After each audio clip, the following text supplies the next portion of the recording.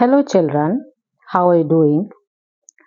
आपने IQ intelligence quotient, EQ emotional quotient के बारे में सुना होगा, पढ़ा होगा। मैं आपको सिंपलर वर्ड्स में इन दोनों का डिफरेंस समझाना चाहूँगी। आईक्यू जनरली इंटेलिजेंट स्टूडेंट्स का हाई होता है, जो कि आपकी क्लास के, कॉलेज के, यूनिवर्सिटी के टॉपर्स होते हैं। ईक्यू जनरली एवरेज या अबव एवरेज स्टूडेंट्स का हाई होता है, जो कभी भी क्लास या बोर्ड एग्जाम में टॉप नहीं कर पाते। लेकिन आज मैं आपसे एक थर्ड क्वालिटी के बारे में डिस्कस करना चाहूँगी, which is known as emotional intelligence. Now what is emotional intelligence? Let us try to understand by these practical experiences which I have felt myself during my tenure as a teacher, as a headmistress, as a principal for the last 30 years.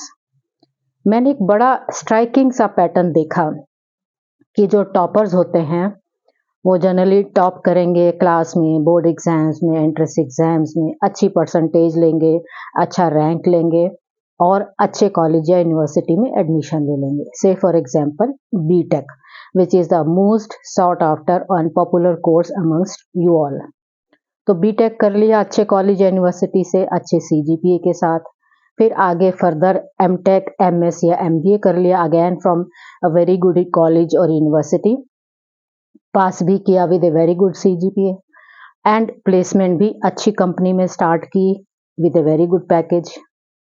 On the other hand जो average students हैं, जो मैंने देखा है कि वो कभी college में या क्लास में टॉप नहीं करते, क्लास में कभी सिंसियर भी नहीं होते, कभी क्लास में आ जाएंगे, कभी नहीं आएंगे, आएंगे तो बहुत अटेंटिव नहीं होंगे, मस्त मौला होंगे, खूब मस्ती करेंगे क्लास में, उनका अपना एक ग्रुप होगा, टोली होगी जिसके साथ खूब इंजॉय करेंगे।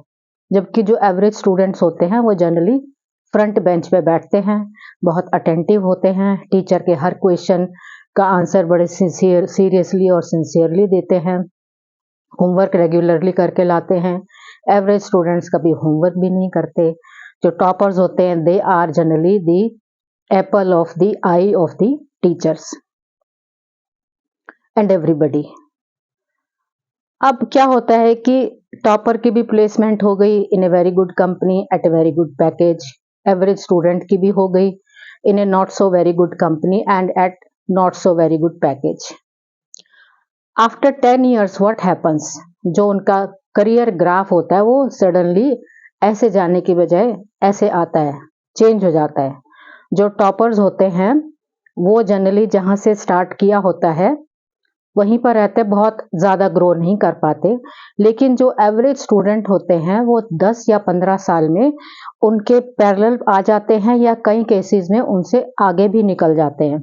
मैंने ऐसा प्रैक्टिकली देखा है होते हुए अपने स्टूडेंट्स के साथ। अब आप सोच रहे होंगे कि ऐसा कैसे हो सकता है, एक एवरेज स्टूडेंट एक टॉपर स्टूडेंट से कैसे आगे निकल सकता है? वो ऐसे हो सकता है क्योंकि टॉपर स्टूडेंट जब वर्क फील्ड में आता है, सपोज उसको कोई पीपीटी देनी है, पावर पॉइंट प्रेजेंटेशन अपने ऑफिस में in front of his seniors, juniors and team members, और थोड़ा सा नर्वसनेस तो सभी को होती है फर्स्ट टाइम से। For example he gets nervous, थोड़ा कॉन्फिडेंटली पीपीटी नहीं प्रेजेंट कर पाता, though he is well prepared with the content. अब क्या होता है, उसको आदत होती है बुक से पढ़ने की, कॉग्निटिव लर्निंग की, तो वो बुक ले आएगा और आज के गूगल के एज में गूगल सर्च करेगा या चैट जीपीटी करेगा जो लेटेस्ट है कि हाउ टू बिकम कॉन्फिडेंट। अब क्या बुक्स पढ़ के या गूगल सर्च करके या चैट जीपीटी पे सर्च करके आप कॉन्फिडेंट हो सकते हैं? Can you gain confidence? No. जबकि जो एवरेज स्टूडेंट है, क्योंकि वो बड़ा शुरू से ही बहुत लाइवली रहा है, उसको आदत है सभी के साथ एक emotional connect, emotional bond develop करने की, वो ऐसी सिचुएशंस में कंफ्यूज नहीं होता, बड़ी कॉन्फिडेंटली वो इन सिचुएशंस को हैंडल करता है। अपने सीनियर्स के साथ भी अच्छा रैपो डेवलप करता है, अपने जूनियर्स के साथ भी और अपने टीम मेंबर्स के साथ भी। क्योंकि जब आप किसी के साथ इंटरेक्ट करते हैं सोशली, तो आप दो तरह के बॉन्ड बनाते हैं, social bond and emotional bond. और कॉग्निटिव लर्निंग तो पहले हो चुकी है आपकी during the course of your education, what ever degree और पोस्ट ग्रेजुएशन। तो अब वो जितनी भी उसने कॉग्निटिव लर्निंग की है एवरेज स्टूडेंट ने, कम या ज़्यादा, वो इसको यूज करता है along with social and emotive learning. So it helps him, the impact is triple. इस तरह से वो अपने कोलीग्स के साथ, अपने सीनियर्स के साथ, अपने जूनियर्स के साथ, अपने टीम मेंबर्स के साथ एक अच्छा रैपो, एक अच्छा बॉन्ड डेवलप करता है और धीरे धीरे धीरे धीरे प्रोग्रेस की तरफ बढ़ जाता है। और आफ्टर सम टाइम हो सकता है वो उस टॉपर स्टूडेंट को भी पीछे छोड़ दें, क्योंकि टॉपर स्टूडेंट को आदत है, he has been a nerd you understand, studious, उसको सब कुछ बुक से पढ़ने की आदत है। उसको ये नहीं समझ में आता कि बुक्स हमें सब कुछ नहीं सिखाती। To some extent they teach us many things, but after some time you need to apply that knowledge gained from the books to your practical life, and that can be done only through emotional and social learning, जिसकी उसने कभी practice नहीं की। उसको सिर्फ books से ही सीखने की आदत है, लेकिन वर्क फील्ड में बुक्स की knowledge, bookish knowledge, cognitive learning alone will not help him. तो इस तरह से ये डिफरेंस है। And when this average student emotional learning, emotive learning और सोशल लर्निंग और कॉग्निटिव लर्निंग को कंपाइल करता है, कंबाइन करता है, तो जो उसकी इंटेलिजेंस होती है, this is what we call emotional intelligence. तो वो एक स्टेप आगे निकल गया है उस टॉपर स्टूडेंट से, इसलिए वो अपने वर्क फील्ड में बेटर परफॉर्म करता है और धीरे धीरे पहले अपने टॉपर स्टूडेंट क्लासमेट के पास पहुंचता है और फिर हो सकता है उसको पीछे भी छोड़ दे। So this is the importance of emotional learning, emotional intelligence.